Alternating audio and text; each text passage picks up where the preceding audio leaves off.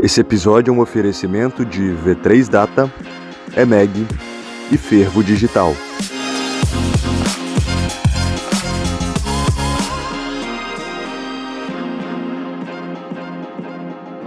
Tá começando mais um episódio do Gestor, o seu podcast quando o assunto é gestão prática. Nós trazemos aqui os melhores gestores capixabas e nacionais para uma conversa aprofundada sobre as melhores práticas de gestão para que você consiga traduzi-las para o seu negócio e, consequentemente, destravar todo o potencial de crescimento da sua empresa. Meu nome é Bruno Rigamonte. Eu sou Gabriel Feitosa, um entusiasta das boas práticas de gestão. E se você também curte o tema e os episódios, os assuntos que a gente trata aqui, nossos canais, e vamos juntos compartilhar as melhores práticas de gestão e os cases de sucesso do empreendedorismo capixaba.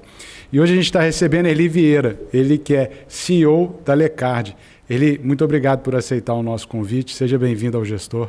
Ok, obrigado, sinto muito à vontade aqui com vocês, um assunto que a gente gosta muito, gestão, e fico assim tranquilo aí para que a gente possa bater um papo. Geralmente a gente começa contextualizando muito sobre a empresa, mas o seu histórico profissional, né, desde da metalurgia, da siderurgia, passando ali para empreender enquanto consultor e agora como executivo da Lecard, né, executivo dentro de uma grande empresa no estado. Como é que foi essa jornada sua enquanto profissional, né, passando por essas diferentes áreas e um pouco desse aprendizado que você ganhou ao longo do tempo, aí, voltado, obviamente, para a questão da gestão e de como gerir negócios, né? Então, realmente tenho assim, um histórico um pouco vasto aí, até pela idade, tempo de formado. Estou chegando quase aos 50 anos de formado. E a minha formação em engenharia metalurgista, né?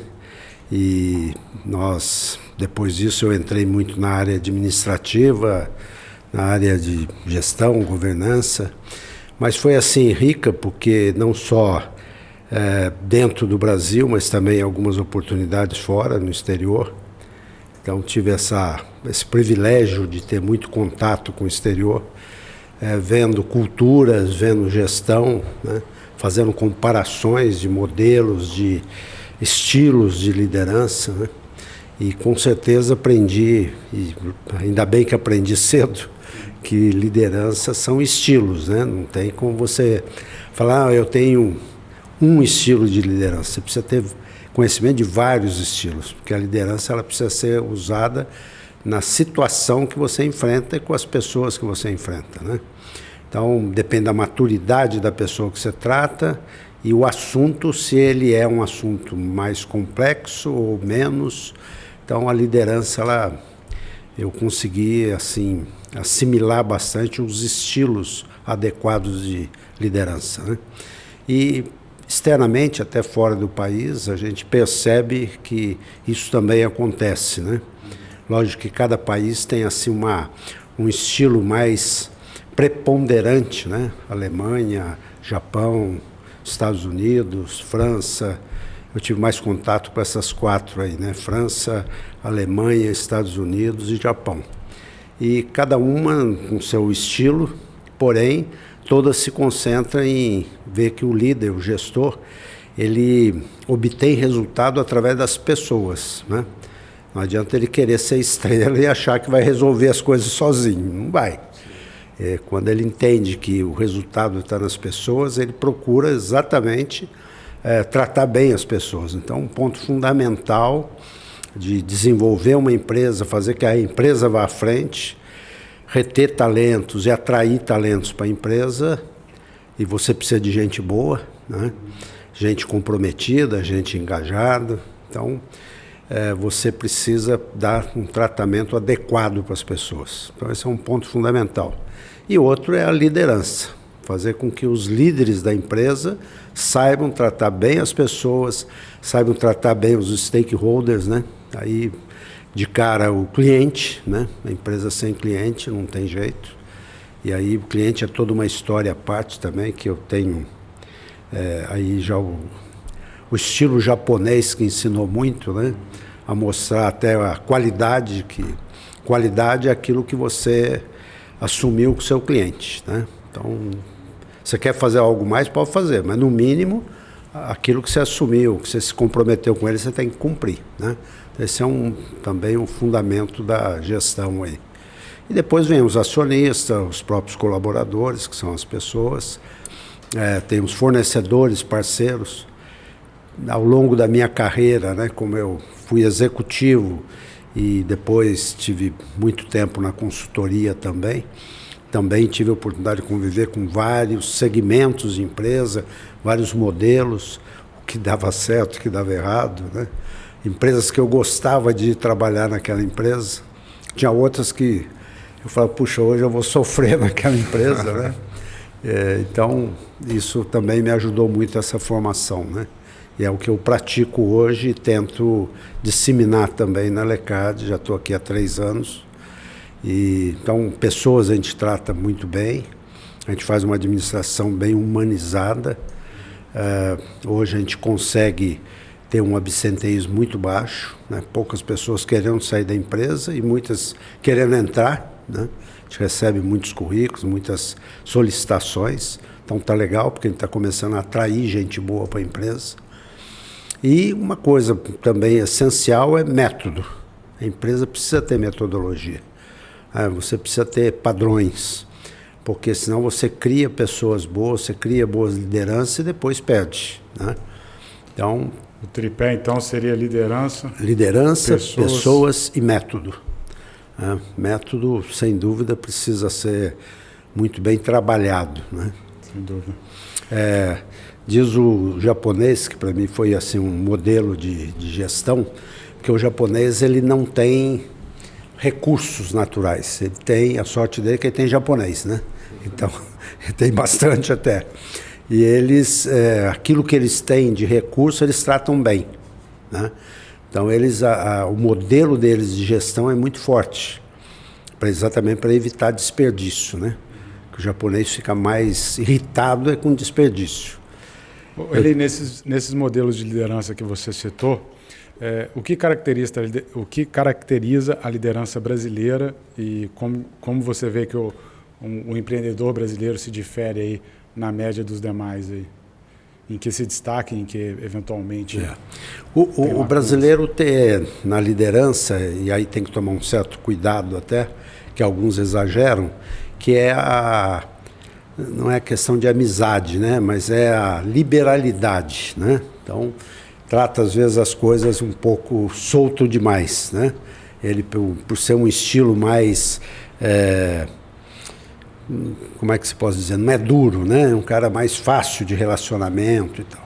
Então, ele no exercício da liderança, às vezes as pessoas não entendem. Leva para um lado, né? Que faz com que o resultado não apareça, né? Porque se identifica com ele e as coisas não são bem tratadas, bem resolvidas, né? Fica quase que numa amizade ali, se fez tá ok, se não fez também tá ok, né? Então o brasileiro tem que tomar esse cuidado, até pela própria personalidade do brasileiro. Você pega um japonês, por exemplo, um liderado chega, faz reverência, né, para o líder, né? Essa história de chegar, apertar a mão e tal, não é com o japonês, né? Tanto que eles estão mudando isso, que era uma coisa muito rígida, né? Era um distanciamento muito grande entre o líder e o liderado. O brasileiro não, já coloca tudo no mesmo plano, né? E lógico, não é para você querer ser tratado por senhor, por doutor, não é isso, né? Tanto que uma das coisas que eu peço até que me chama de Eli, né? Não precisa me tratar de senhor. Lógico que quem tem a educação de tratar bem as pessoas mais velhas, ter uma deferência com elas, mas não é o tratamento, mas a maneira que você se relaciona, né? Tem determinados assuntos que precisam ser bem caracterizados, né? Cada um tem a sua função, cada um tem seu resultado para dar, a sua autoridade, né? O líder também não pode perder a noção de autoridade, né? Não é porque ele é mais próximo do pessoal que a autoridade não tem que ser exercida, né? ela também precisa ser exercida.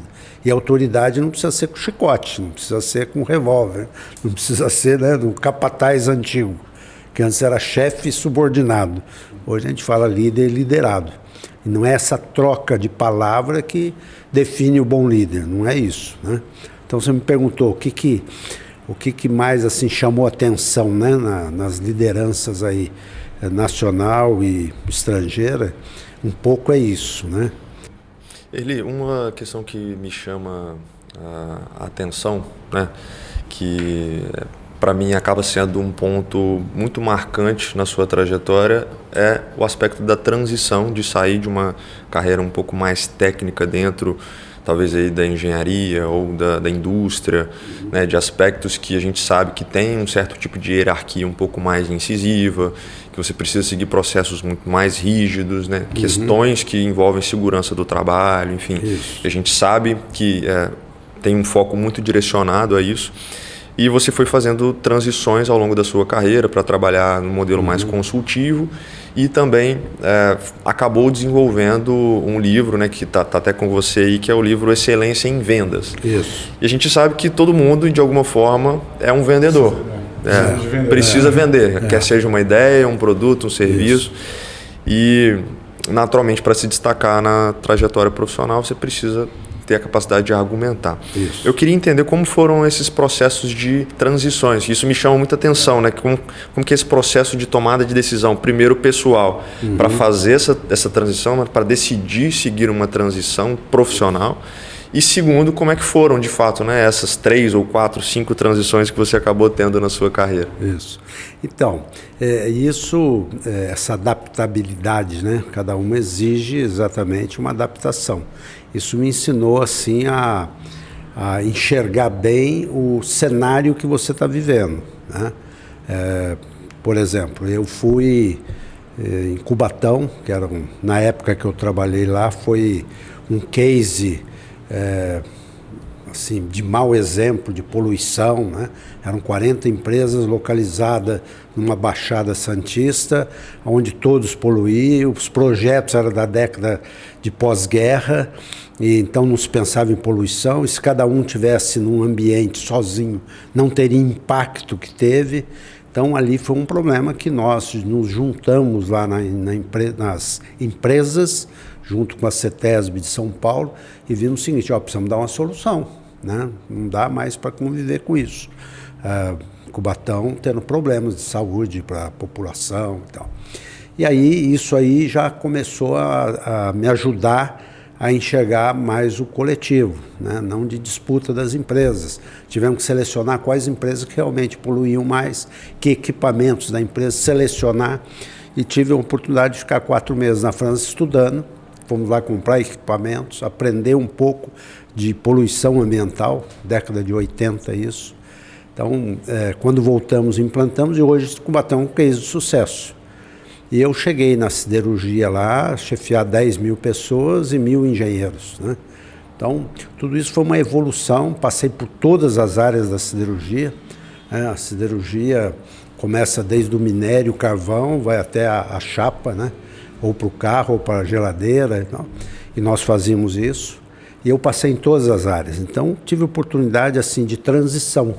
A cada 1 ano e meio eu estava numa gerência nova, né? Até ser o chefe superintendente de todas essas áreas. Então, isso foi me dando também essa marca, esse entendimento de adaptabilidade, né? E depois saí da siderurgia, porque realmente era muito sacrificante, né? Já praticamente lá são 7 dias da semana, 365 dias, 24 horas direto, e eu tenho comigo assim uma marca de aprofundar nas coisas, né? Não gosto de ser superficial.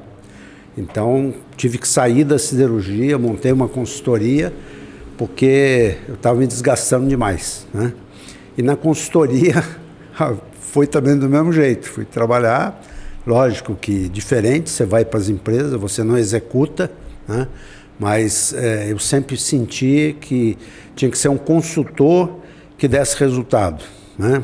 Onde várias vezes não que eu atuei como um executivo, mas ajudava o pessoal a captar e toda essa minha adaptabilidade eu tentava passar, né?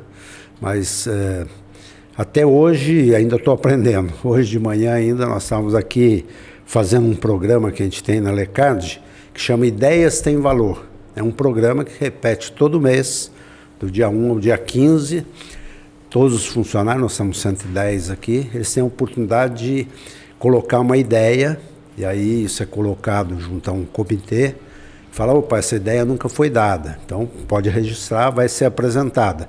Então, do dia 1 a dia 15, a ideia é colocada, aí aprova-se essa ideia para ser apresentada, e do dia 20 ao dia 30, os diretores, eu e os diretores, nos reunimos e aprovamos, temos a apresentação de cada ideia, às vezes é uma pessoa, às vezes são 2, 3, vem grupos, às vezes de 4, 5 apresentar a ideia, né?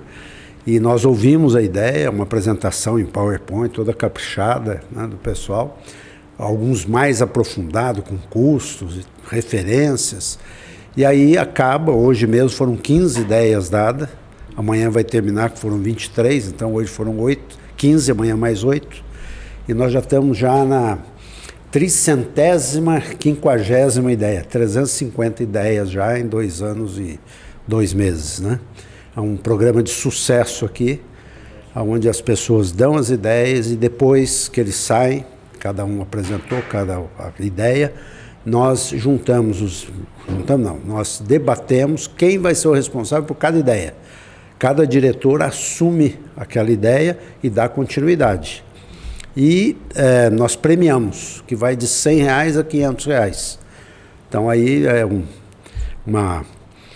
lógico que alguns falam, aqui é 200, outro 300, 500, mas a gente chega num consenso e premia o pessoal, né? Então é uma coisa que a gente sente que é um valor muito grande que a gente conseguiu aqui dentro da empresa. Eli, você começou a trazer um pouco a perspectiva da Lecard e estão pegando esses últimos 3 anos da sua jornada enquanto empreendedor. A Lecard está atuando em em 26 estados, né, no distrito, está atuando no país inteiro. Qual que é a solução que a Lecard oferece e qual que é o diferencial competitivo dela quando você olha para o mercado? Nós temos hoje mais de 100 cartões, de 100 a 110 empresas concorrentes, né? Dessas 100 aí, nós temos 4 que são as Big Four, mais ou menos que nem as 4 de auditoria, que tem as Big Four, tem as Big Four no cartão de benefício, né? 2 delas que são muito conhecidas, que trouxeram o conceito da França de cartão de benefício para o trabalhador, que era para o trabalhador não receber em dinheiro e gastar em um dia ou até às vezes numa noite, né? Então, ele recebendo um cartão, ele leva para a família. Então, é o conceito dele receber um benefício e entregar para a família, né? E normalmente voltado à alimentação e refeição. Então, essas 2 empresas, a Ticket e a Sodexo, muito conhecidas, e foram quem trouxeram essa ideia, esse conceito para cá. E depois foi crescendo, hoje existe mais 2, que é a Lelo e VR, então essas 4 respondem para 85% do mercado de alimentação e refeição. E aí vem as outras. E tem hoje uma associação brasileira de benefício ao trabalhador, que é em São Paulo, essa associação, e que nós temos 22 associados. Lógico que as Big Four estão lá, as 4, e mais 18. E nós estamos dentro desse grupo aí de empresas que já participam disso. São empresas que têm um bom posicionamento. Nós, por exemplo, estamos nos 26 estados, mais o Distrito Federal. E nós crescemos muito, inicialmente, na área pública, participando de licitações, né, de concorrências, especializamos nisso, em ter uma boa especialidade nisso. Porém, quanto mais nós crescemos, mais estabelecimentos a gente tem por onde passa o nosso cartão. Então, nós temos 1,5 milhão de usuários que têm cartão nosso. E nós temos hoje 1.000 credenciados, estabelecimentos. Desculpe, 100 mil. 100 mil credenciados, 100 mil estabelecimentos por onde passa esse cartão. E nós, então, com essa rede que nós temos de estabelecimentos, a gente precisa crescer na área privada, que é a área privada, com comércio, indústria, serviço, também muitos, inclusive, são obrigatórios a dar pela convenção coletiva. Obrigatório dar um vale com determinado valor, né, que vai para a convenção coletiva, para o acordo coletivo, tem os reajustes a todo ano e tal. Então, nós hoje estamos também voltados e com muita ênfase no mercado privado. E nesse mercado privado, ele exige muito marketing. Então, até 2022, nós não fazíamos marketing na Alecard. Não precisava, porque era licitação, você precisa ir lá e ter inteligência do mercado lá, saber como é que eram as taxas que você tinha que dar de desconto, quanto que você receberia de volta, né, que seria através dos credenciados. Então, essa logística aí nós aprendemos e fazemos até hoje. Mas a área privada, que é uma área que hoje responde a Alecard com 10%, 90% é a área pública e 10% é privada. Nós estamos crescendo. Esse ano nós já temos já um volume significativo, uma meta de crescer 5 vezes na área privada. Tá? A área pública a gente quer dobrar, mas a área privada são 5 vezes. Do ano passado para esse ano, de 22 para 23, nós duplicamos, né, o faturamento, a movimentação financeira da Alecard. Esse ano nós estamos prevendo 60%. Né? Até agora, pode ser que mude. Pode ser que a gente consiga até mais, mas a princípio a nossa programação é chegar ao final do ano em 24, é ter 60% a mais do que tivemos em 23. Então esse crescimento está muito grande. Para ter uma ideia, em 2020 a gente faturava 1/10 do que fatura hoje. Né? Então, de 21, 22, 23 e até 24, nós crescemos 10 vezes. E aí, nossa perspectiva aí para crescer no privado é marketing. Então, em 2022, investimos na marca. A nossa marca, inclusive Alecard, eram 2 tarjas magnéticas, né? Daquele cartão antigo. E hoje a tarja magnética todos têm, mas não é mais segura, né? Ela não traz segurança. O que traz segurança hoje é o chip, né? O que ajuda muito é a aproximação, né? Então, isso foi avançando. E nós fomos também avançando com isso. E agora, em novembro do ano passado, nós fizemos uma parceria com um arranjo aberto, que é a Elo. O que é? Eu falei em arranjo aberto, então tem o fechado. O fechado são os cartões de benefício, que é fechado só em alimentação e refeição. Apesar que a farmácia é considerado hoje como um alimento, principalmente depois da pandemia. Então, quem dá cartão de alimentação e refeição também pode ser gasto na farmácia. E isso é um arranjo fechado. O arranjo aberto é o Elo, Visa, Mastercard, que você gasta em qualquer lugar. Eletrodoméstico e material de construção, onde você quiser. Pode chamar de que é bandeirado? Isso, é o cartão bandeirado. Apesar que, vamos dizer, o Alecard é uma bandeira também, né? Mas no popular, o bandeirado é o aberto, o arranjo aberto. Então nós fomos atrás também. E aí fizemos uma parceria, ficamos uns 8 a 12 meses aí discutindo com qual empresa que a gente ia fazer, se era Elo, Master ou Visa, e decidimos pela Elo. E fomos assim, não surpreendidos, mas fomos agraciados que a Elo tem 10 milhões de credenciados. Então nós temos 100 mil hoje, a Elo tem 10 milhões. Né? E a Visa tem 6 aqui no Brasil e a Master tem 4. Então se você somar os dois, dá os 10 da Elo. E por que no Brasil? Porque lá fora não é assim, né? Lá é o contrário. Master e Visa são maiores e a Elo está caminhando lá fora. Tem países que aceitam, tem outros países que ainda não aceitam, né? Mas aqui no Brasil a Elo domina. Principal. Então você cresceu em 100 vezes a possibilidade de consumo Sim, agora nada mais nos segura. Antes, eu, por exemplo, ia vender em algum lugar, eu tinha que ter a rede. Aí eu falei, não dá para entrar porque eu não tenho a rede. Agora eu não faço mais essa pergunta. A rede eu tenho. Eu tenho que vender o cartão agora lá. Isso é até um aspecto de concorrência, né? A gente observa, por exemplo, que a Alecard hoje está entre as 10 melhores empresas do setor. Isso. E quando a gente fala, por exemplo, de Elo, a gente sabe que ela tem um certo vínculo com 2 grandes bancos e que, de certa forma, ela também tem uma atuação própria, né, vamos dizer assim, entre esses 2 parceiros. Como é que é essa diferenciação quando há uma inserção da Alecard? Como é que isso traz uma diferenciação competitiva realmente em relação a esses dois grandes players, por exemplo.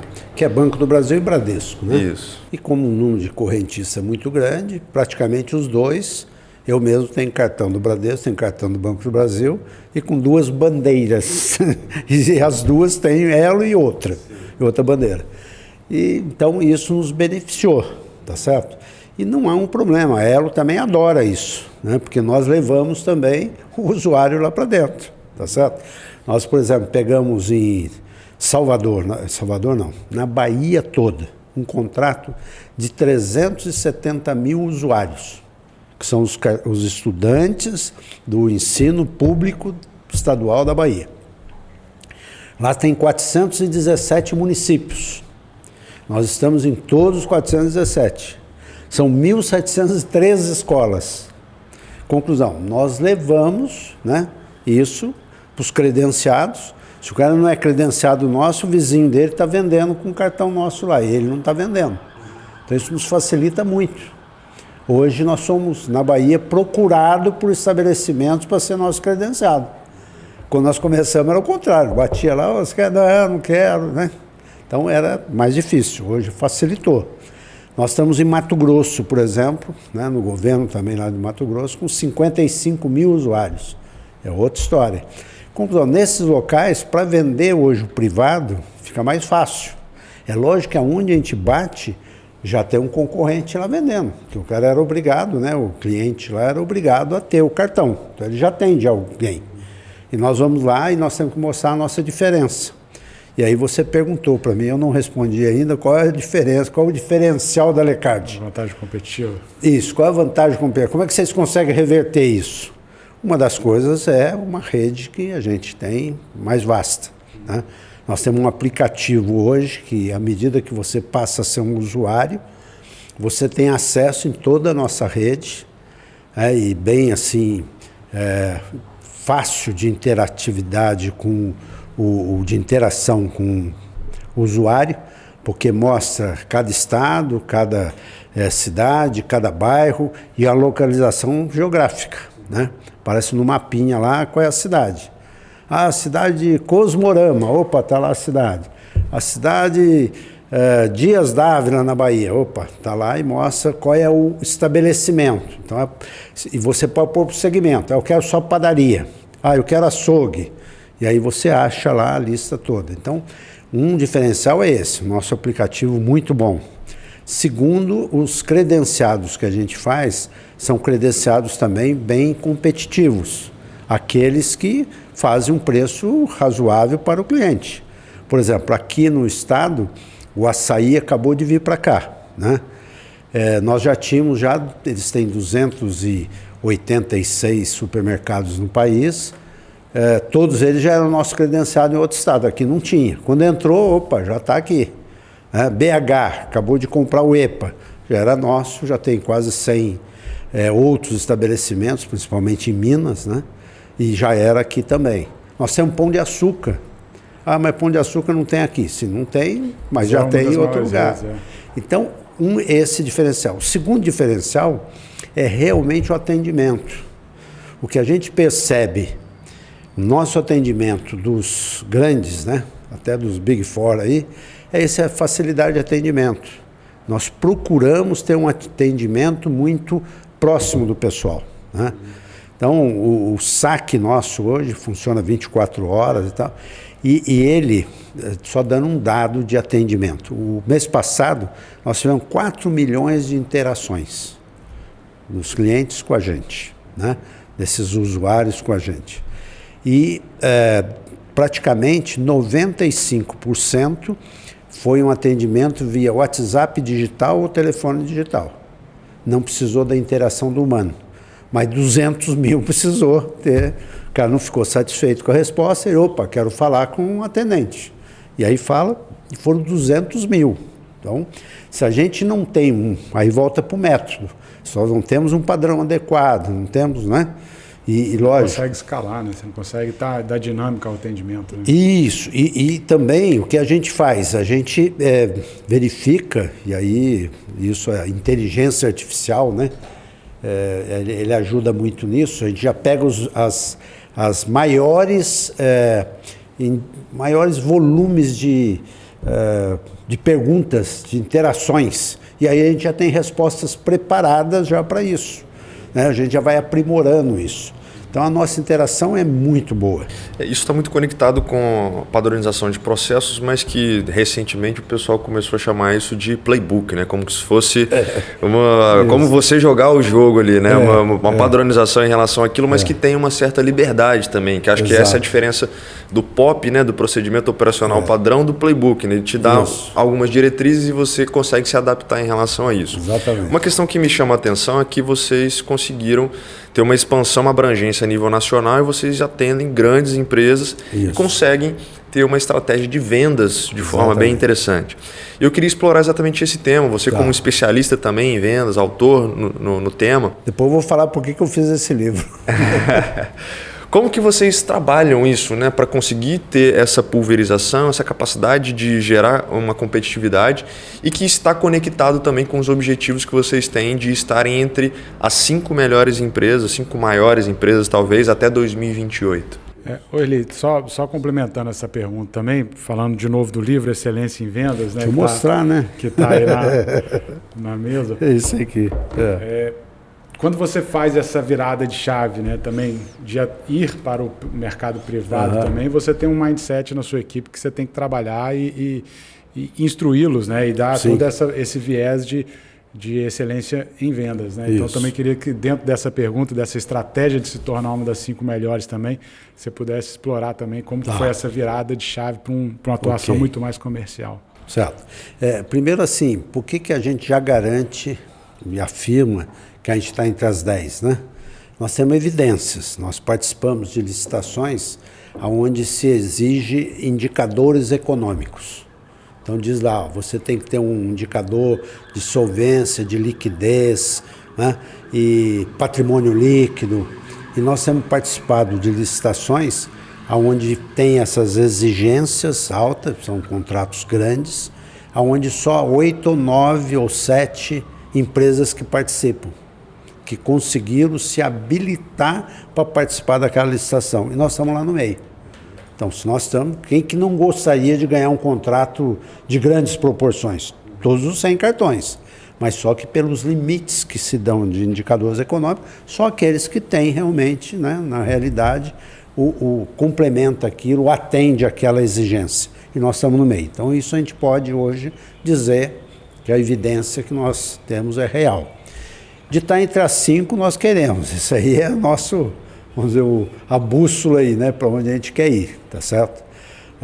Não é nem direção, é sentido, né? Porque direção tem 2 sentidos. Nós temos já o sentido que é chegar lá entre os 5. Mas uma coisa que a gente tem que tomar cuidado, que as empresas, isso eu vi ao longo da minha vida, e aí vem um problema da venda aí que acontece, a empresa ela não pode achar que está completa. A toda hora ela tem que se atualizar. A coisa que mais tem que acontecer na empresa é a mudança, né? Eu lembro quando eu me formei, um diretor chegou para mim, mandou fazer um trabalho, eu fui, fiz, aí entreguei, ele falou, pô, bacana o trabalho, mas você fez sozinho ou alguém te ajudou? Eu falei, não, eu peguei gente, fui ouvir a turma e tal. Então esse trabalho é, sei lá, 20 mãos, né? Não é meu só não. Ele falou, pô, se fosse seu era 10, como você fez com os outros é 5. Eu falei, meu Deus, né? Então isso me marcou muito. Ainda bem que eu vejo que não existe mais isso. Quanto mais você ouve as pessoas, você participa, mais se intera e tal, mais completo é o trabalho, né? Quanto mais você co-cria, né, Eli? Isso, faz exatamente. A criação coletiva. Né? Então, isso foi uma das primeiras coisas que eu aprendi a não fazer, né? Vi que o caminho era o contrário, né?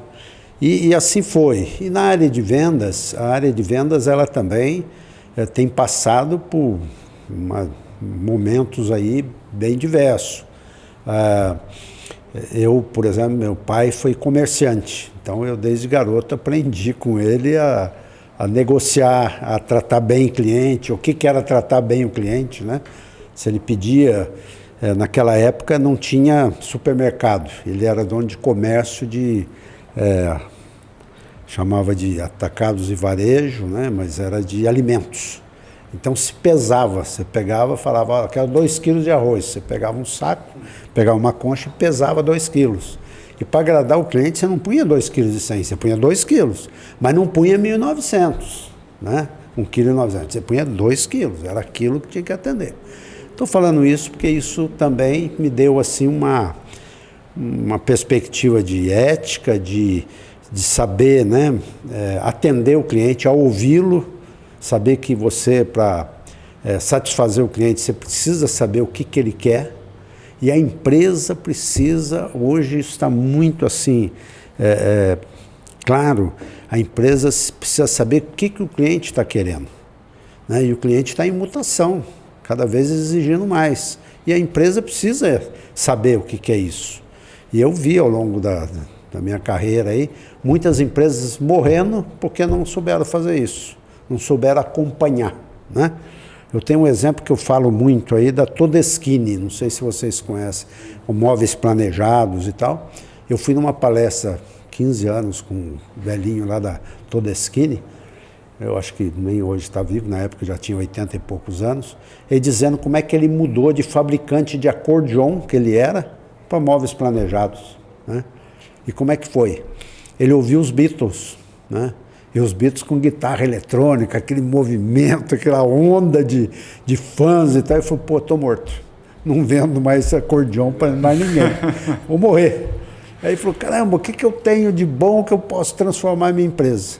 Então ele tinha madeira, ele tinha bons marceneiros, então, putz, vai essa que eu vou.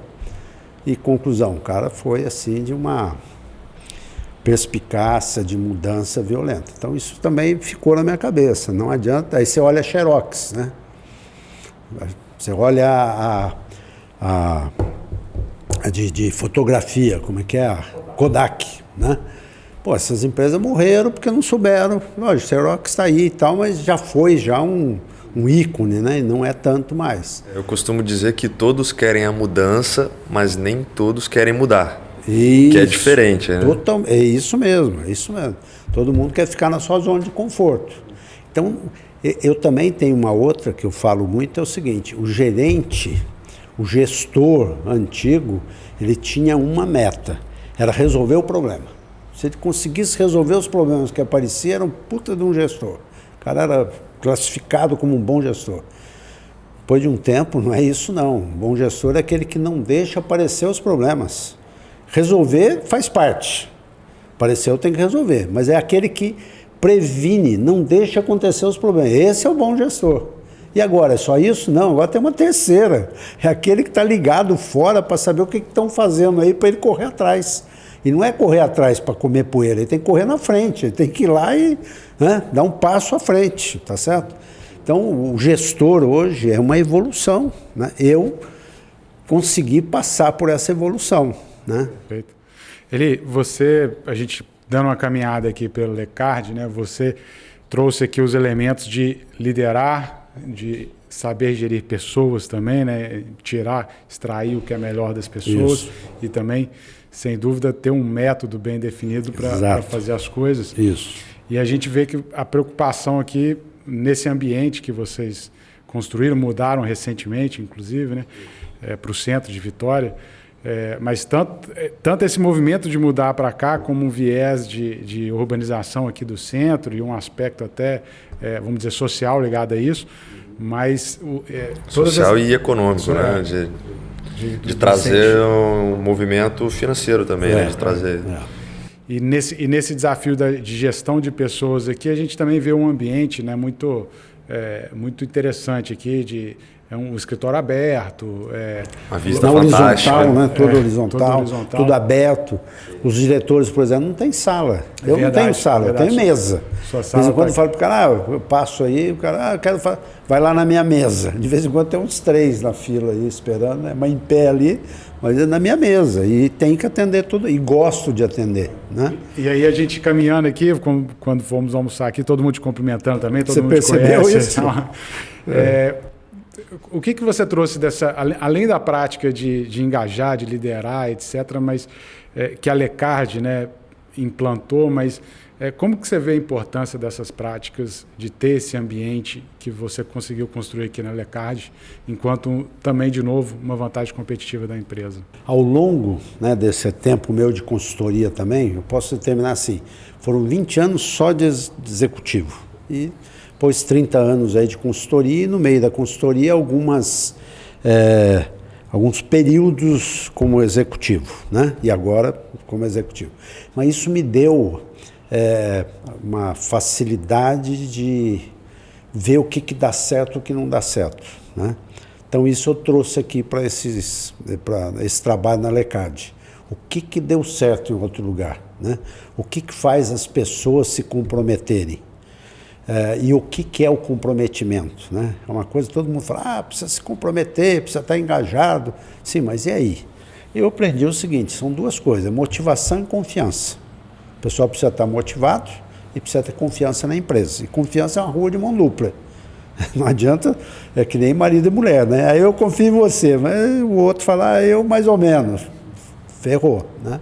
Então, é uma rua de mão dupla e que a gente precisa desenvolver isso. Então, a hora que a gente fala para um funcionário, você no final do mês, nós estamos hoje aqui com uma dificuldade, precisamos credenciar. No mês passado, por exemplo, nós habilitamos 4.700 novos estabelecimentos.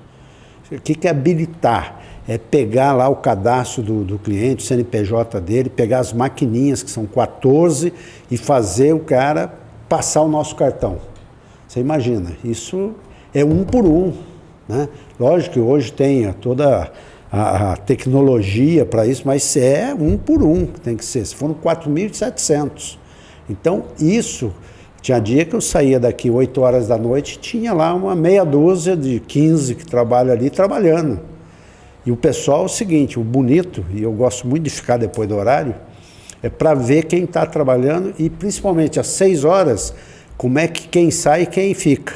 Não porque quem fica, principalmente quem sai, que vira para o outro e fala, escuta, você vai ficar depois do horário, hein? Tchau mesmo, e vai embora. Tem outros que falam, você quer me ajuda? O que eu posso te ajudar para você ficar menos, né? Aí você percebe o comprometimento do setor e do companheirismo dele com o outro, né? Então a gente vem crescendo isso aqui dentro, né? Isso para mim é assim, é o sensor, né, de que essas coisas estão funcionando. E eu tenho, hoje, a gente tem listado, eu tenho uma lista aqui de 26 itens que nós fazemos de atendimento ao pessoal. Desde o cartão alimentação e refeição, que é um obrigatório. Eu tenho que dar porque a legislação exige, mas a gente faz de uma melhor maneira. Até um cartão premiação. Todos aqui têm um prêmio. Então tem um sentado aqui, o outro do lado, que às vezes ele tem o mesmo tempo de casa e nós já temos salário diferenciado, né? Nós temos hoje um plano de cargos, salário e carreira aqui dentro. E esse plano de cargos, o cara na mesma função, um ganha mais do que o outro porque ele produz mais do que o outro. E fora isso, tem uma premiação que cada mês um recebe diferente, depende do resultado, de quanto ele produziu para a empresa, né? Então a gente consegue equilibrar isso. E isso dá uma satisfação pessoal. Ele fica aqui depois da hora, ele cumpre, a empresa foi ajudar, mas ele também está sendo, né? Não adianta achar que a motivação vai ser só, gosto de você, trabalha, está legal, ficou depois da hora. Tá. Não é isso, né? É essa correspondência que tem. Como também tem funcionário aqui que saiu de férias em dezembro, um cara espetacular, cheguei para ele e falei, olha, você vai ter um fim de semana no Parque do China. Quase caiu duro, cara. Quê? Falei, vai ter você e a esposa. Pode ir lá, vocês vão ter um final de semana no Parque do China. O cara ficou doido, né? Então, estou dando esse exemplo, tem outros.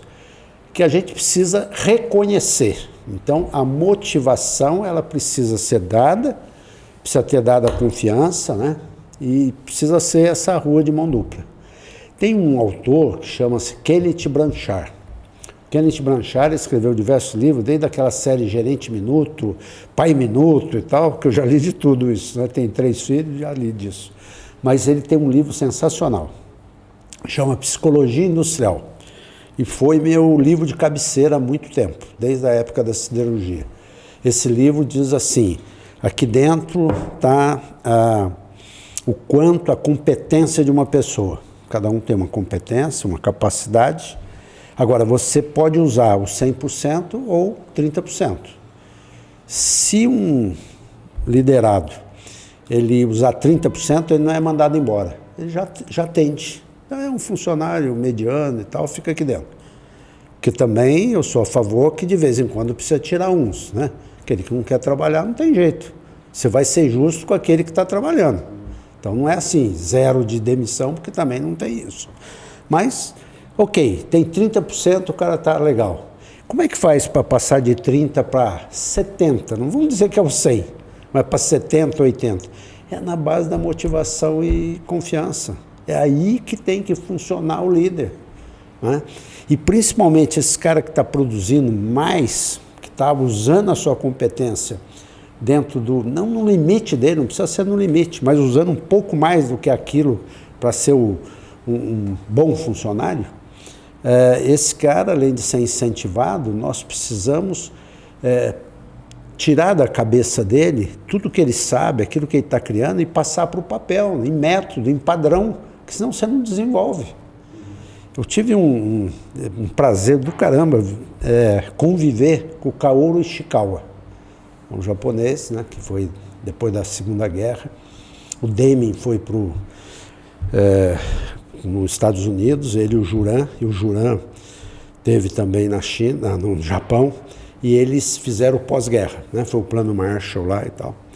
E eles mostraram para o japonês os métodos de gestão. E o japonês adotou o PDCA, que até hoje eu considero o melhor método de gestão, né? De controle, né? E o japonês, o Kaoru Ishikawa, era um cara que difundiu a qualidade dentro do Japão, e eu tive a oportunidade de conviver com ele. E ele um dia chegou numa mesa da minha secretária, naquela época hoje eu não tenho secretário, nem quero ter, né? Mas chegou na mesa lá da minha secretária, olhou, tinha um copo cheio de canetas. O japonês ficou doido, começou a gritar, que desperdício, pô, a mulher usa uma caneta, tinha umas 10 ali dentro. Pô, eu tive que ir lá arrancar as canetas e entregar, e falei, fica tranquilo, deixa, não vai acontecer mais isso. Entendeu? Mas o japonês fica doido com isso, né? Um desperdício desse, tá certo? E ele falava muito claro o seguinte, por isso que eu falei do Ishikawa, tem um diagrama de Ishikawa, diagrama de espinha do peixe, exatamente isso. E ele falava que aquilo que não se mede não se gerencia, aquilo que não se mede não se controla. E que para você fazer melhoria, você tem que padronizar. Se você não tem uma padronização, você não faz melhoria. Você melhora aquilo que está padronizado. Essa é a melhor melhoria que tem, né? E aí vem até uma diferença entre melhoria e inovação. É bem simples, mas eu divulgo muito isso, o seguinte, a inovação é aquilo que você precisa gastar. Eu preciso comprar um computador, vai melhorar isso, ok, é uma inovação.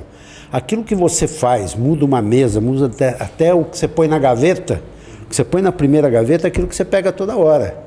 Aquilo que você põe na terceira gaveta é uma vez por mês, né? Até para não ficar abaixando, porra. Então isso é uma melhoria, você não precisa gastar nada, é só planear. É aquilo que você põe uma mesa direcionada para o sol para não precisar lâmpada, né?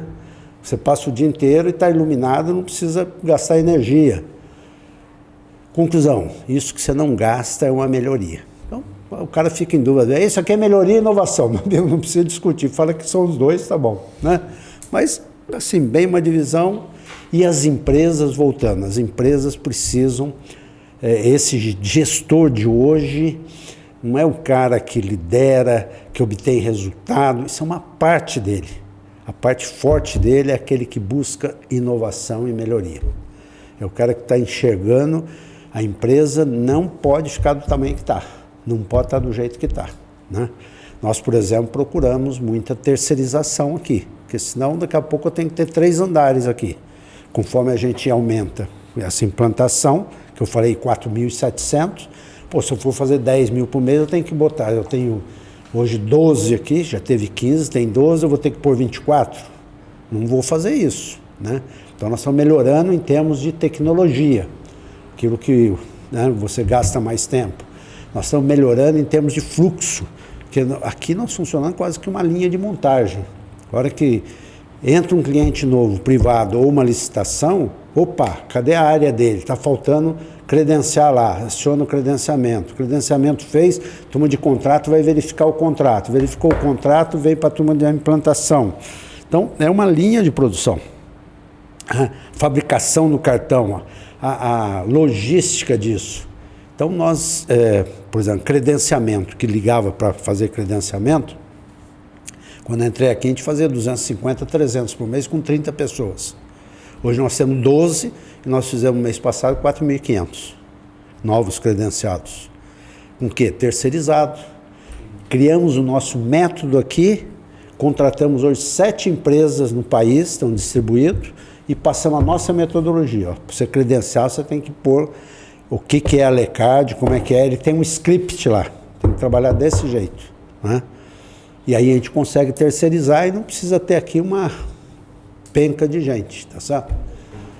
Eli, muito bacana a sua trajetória, né? Uma trajetória, como você disse, está completando 50 anos de formado, né? Então, certamente todas as outras experiências que você teve após esse período inicial conseguiram fazer com que você fosse hoje essa pessoa incrível de estar hoje gerindo a Alecard, que a gente olha uma empresa de grande sucesso e que certamente quando a gente vê a visão da empresa, né, de se transformar aí numa das 5 maiores empresas do setor, pela cultura, pelo método, pelos pilares, a gente entende que tem todo o cenário propício para executar isso. Para a gente encerrar, uma coisa que a gente acabou pincelando um pouco na nossa fala, mas que a gente não entrou no detalhe, eu queria entender o que de fato te motivou a escrever o livro. Isso. E o que você enxerga que gestores, de modo geral, acabam negligenciando exatamente nesse tema que você abordou no livro? O livro, inclusive, ele é dividido em 3 fases, né? 3 grupos aqui. O primeiro é mostrando algumas técnicas de vendas, né? E existem essas técnicas. E um pouco de neurolinguística, que eu acredito muito na neurolinguística. Também já fiz curso de neurolinguística e realmente a neurolinguística ela nasceu da prática e foi depois para a teoria, né? Inverteu. Mas é sensacional, porque nós, seres humanos, a gente precisa de interação, né? E a neurolinguística nos ajuda nisso, né? Você tem a simpatia, a empatia e tem um rapport, né? Rapport é a palavra francesa que quer dizer sintonia e harmonia. Quando você tem harmonia e sintonia com a pessoa, facilita a troca de informações. A pessoa te ouve mais, te recebe melhor, né? Em suma. E eu vim, quando eu vim para a consultoria, primeiro consultor só. Depois comecei a ter consultores. Então tinha que vender consultoria para que as equipes tivessem... Fazer a máquina girar. Fazer a máquina girar. E aí eu falei, caramba, eu preciso começar a aprender mais sobre isso. E comecei a pesquisar, ir para neurolinguística e tal. E também dando treinamento, dei muito treinamento. Inclusive hoje eu tenho até uma homenagem para fazer para vendedor, que é o cara de consórcio. Foi o setor que eu acho que é mais difícil vender, né? Onde o cara recebe mais não, né? Quando o cara é novo, ele recebe... Está logo no início da profissão de vendedor de consórcio, recebe 30 não, né? O mais esperto recebe 15, né? E quando ele recebe um não, ele vibra, que legal. Você fala, caramba, mas você não vendeu, mas estou mais perto do sim, né? Quanto mais não, ele está chegando no sim. Mas em suma, o livro foi assim, uma parte são as técnicas de venda, a segunda é uma reflexão do que você está ainda faltando para atingir essas técnicas. E o terceiro são alguns cases de vendas. Então, esses treinamentos que eu dei, estão aqui também alguns exemplos, onde a pessoa vê a aplicação das técnicas, né? E com isso eu consegui também fazer com que eu desenvolvi muita gente em vendas. Também para mim foi uma satisfação muito grande, né? E esse negócio de escrever, de contribuir, eu sou muito católico também, né? Eu falo muito que eu sou mesmo, né? Sou de igreja e tal, e eu participo muito como voluntário. Eu estou hoje há quase 10 anos na Pastoral Povo de Rua, né? Então a gente vê esse pessoal que é abandonado, um pessoal que está aí e o pessoal enxerga ou não enxerga, né? Passa na rua e nem enxerga, desvia, né? Opa, tem um cara morador, eu vou para o outro lado que vai me pedir, vai perturbar e tal. Então, eu vejo que a religião também, ela ajuda muito, né? E eu participo nesse sentido até de acreditar muito no país, eu acredito muito no Brasil hoje, né? Eu tenho 2 filhos gêmeos que moram no Canadá há 8 anos, desistiram de Brasil. Eu não saio daqui, né? Principalmente porque eu recebi muito aqui também, né? Eu estudei fui do interior de Lorena, no estado de São Paulo, e lá estudei em escola pública e depois estudei na USP, onde também não pagava nada. Um estudo de excelência, de primeira qualidade, sem pagar nada. Eu, de vez em quando, comentava com os amigos que, no final, quem estava lá eram os caras que tinham estudado a beça, estudado nos melhores colégios de São Paulo e tal. Da minha turma, por exemplo, de 40, só tinha 5 do interior, eu e mais 4. 35 era da capital, né? Os caras que tinham 5 professores de física, 5 de matemática, esse puta colégio, e eu tive um professor de física, um de matemática, tive que fazer 1 ano de cursinho para entrar. Mas, em suma, eu acho que eu tenho uma devolução para dar, né? Uma contribuição para o país. E o livro foi um esforço, né? Hoje eu estou tentando escrever um outro, está difícil o tempo, mas eu acho que aquilo que eu posso dar de contribuição eu devo, né? É uma obrigação minha dar esse retorno. De certa forma, a gente está ajudando nessa contribuição, registrando esse papo aqui, que foi super enriquecedor. Obrigado aí mais uma vez, Erli, por aceitar o nosso convite. Sua história é brilhante, muito sucesso aí para a Lecarge. Obrigado. Erli, novamente, muito obrigado.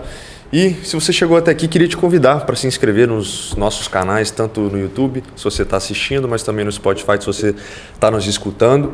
Se você acredita que esse conteúdo vai fazer a diferença na vida de alguém, compartilha com essa pessoa. Tenho certeza que vários dos insights que a gente teve aqui nesse papo vão contribuir na jornada empreendedora, enfim, na gestão de muitos negócios. Fica com a gente para os próximos episódios. A gente vai ficando por aqui. Um abraço, valeu e até a próxima.